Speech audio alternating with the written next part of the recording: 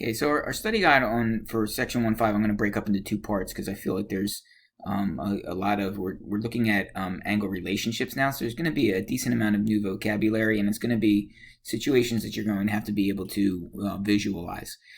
So the first angle relationship that we're going to look at here is called vertical angles. So I meant to grab my highlighter there. Okay, and when we have vertical angles, these are our they're adjacent. And the word adjacent again is probably might be a new vocab word for a lot of you, but adjacent just means next to. Okay, so when we talk about adjacent angles, it means that they live right next to each other. They basically share a common side.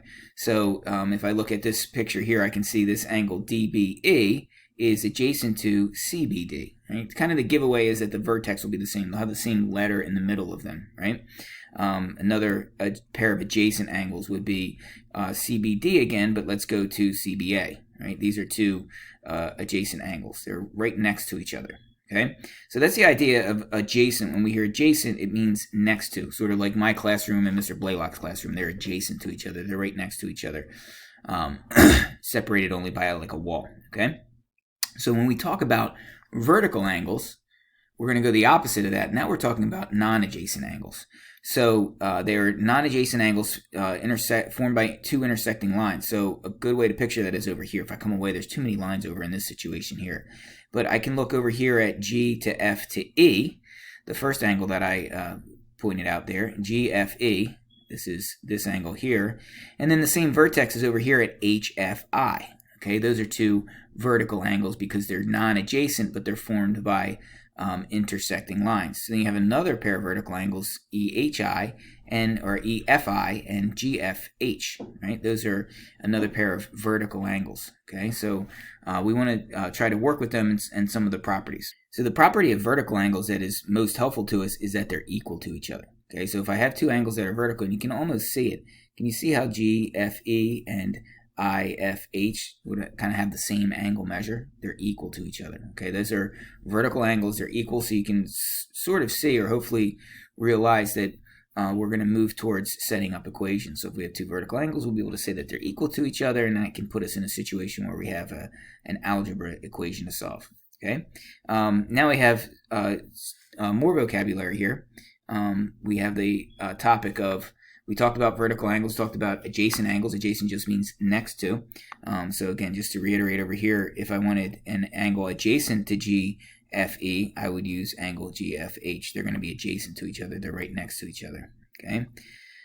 So now we have two terms here that the students will oftentimes get confused. We have supplementary angles, and then we have complementary angles. Okay. So a little trick that I've given in the past for people to remember the two. If two angles are supplementary, that means that they add up to 180 degrees. Okay, so supplementary.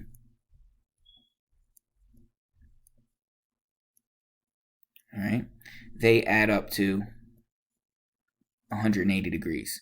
So a lot of times when I would have high school football players in class, I would say, a lot of times high school football players are worried about getting bigger and stronger to be able to compete. So they oftentimes will take a supplement. They'll take a protein shake or something, some kind of supplement so that they can get their weight up. And if you're a high school football player and you're a solid 180 pounds, that's a really good weight for a high school football player. 180 pounds if they're in shape, but you might have to take supplements to get to 180 pounds. That makes sense. Okay.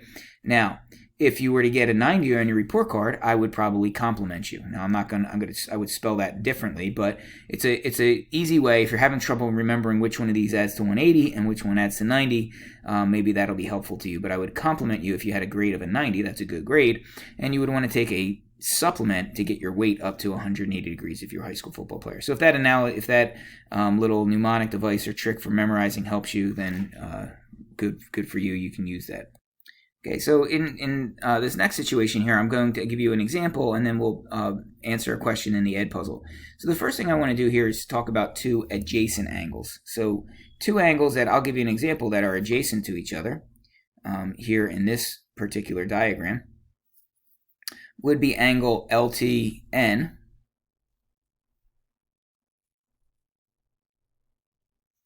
So I'll take that angle LTN. So I'm pointing out angle L to T to N. He's right here.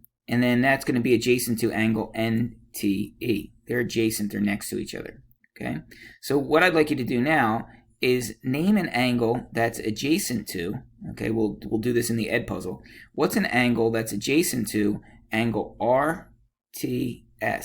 So there's a couple of correct answers, but I'll put one of them in the Edpuzzle. What angle have I listed here that would be adjacent, right? Just like what we just did here, next to angle R to T to S. Let's answer that in the Edpuzzle.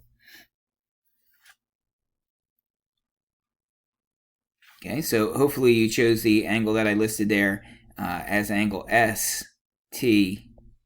That would be adjacent to it. It's right here, right? They're next to, they share this common side of ray TS. Okay, they both share ray TS as a side, so they would be adjacent to each other.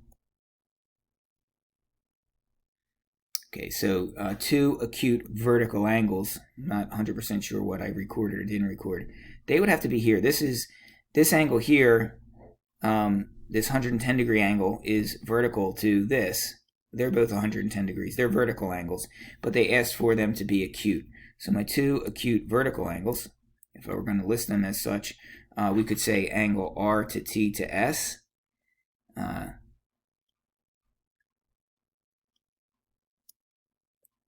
Okay, RTS.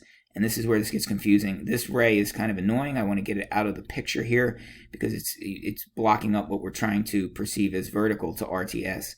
RTS is going to be vertical to LTE.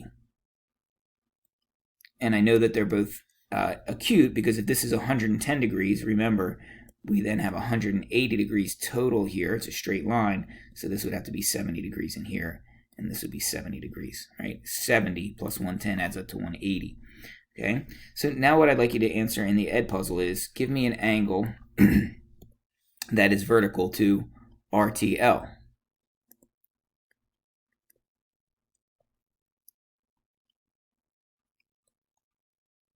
Okay, so multiple choice question. Let's answer that in the Edpuzzle. What angle is vertical with angle R to T to L? Okay, so hopefully you looked at this here and saw, and I already mentioned it, pointed out to you, RTL is going to be vertical to, we have two intersecting lines. We have RE intersecting with SL. So these two angles would be vertical here. RTL would be vertical to STE. Hopefully we picked that one correctly. Okay, supplementary adjacent angles. Okay, so let's look at a pair that we already saw recently. We had angle RTL, okay, 110 degrees, and I pointed out to you that that's going to be adjacent and supplementary to angle RTS. Right, this would be 70 degrees. They form a straight line linear pair. Okay.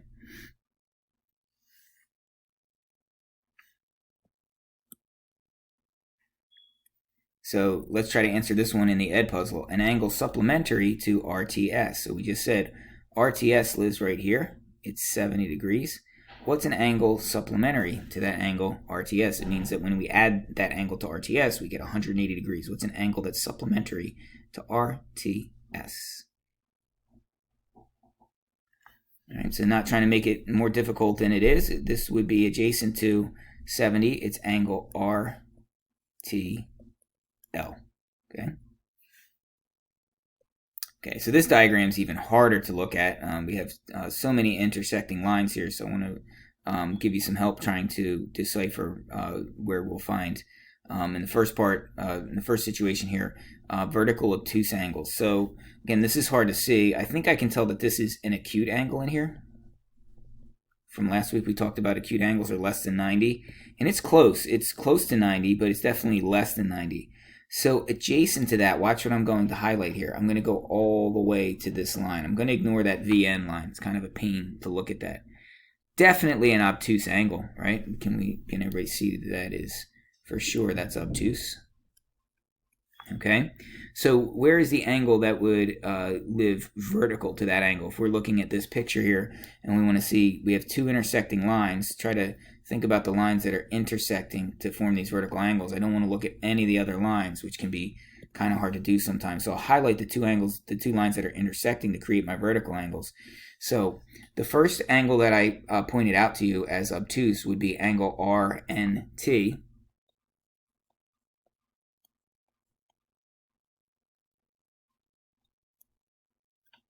And what is the other angle? We can answer that in the Edpuzzle.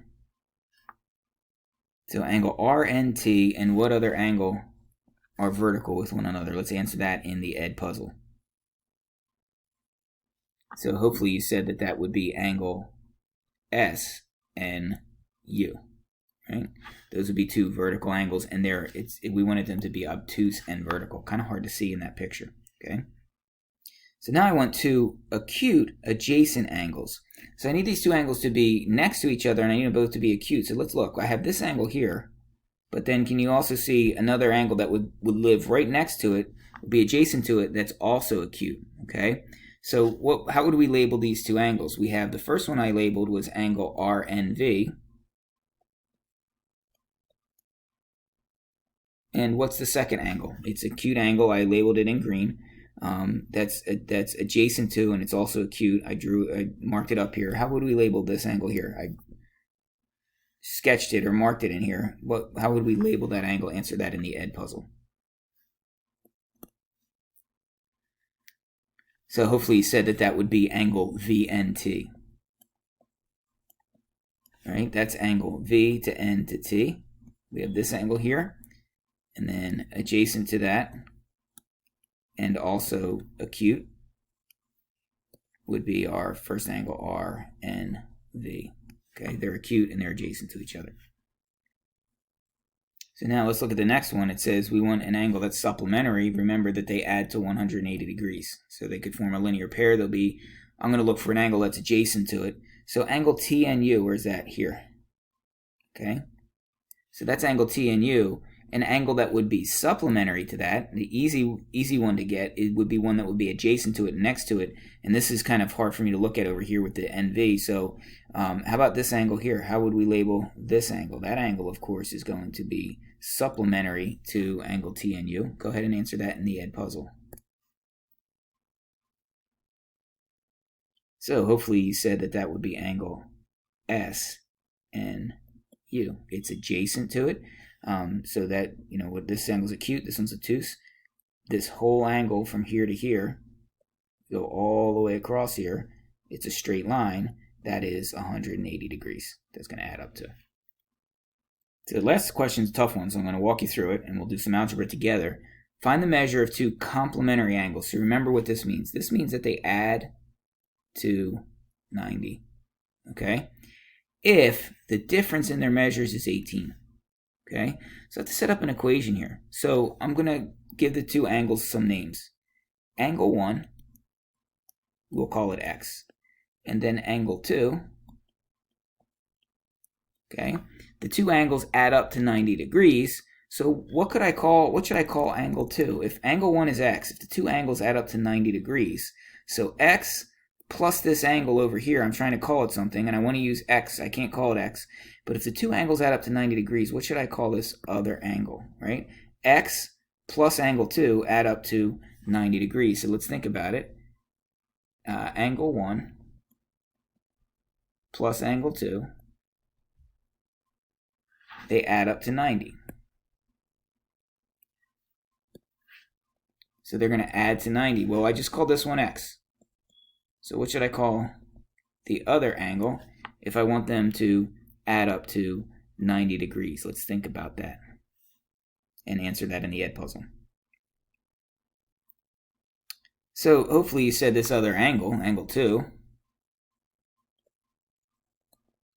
Hopefully you said that angle 2, if we just subtract X from both sides, we can see that a good way to label that would be to just call it 90 minus X. Okay?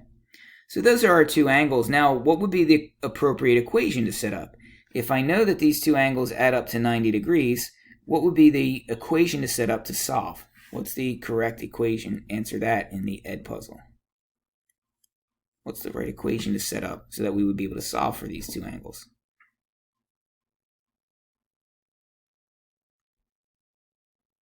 So if you need a little help with this, this is where we will find it. It says the difference in their measures is 18.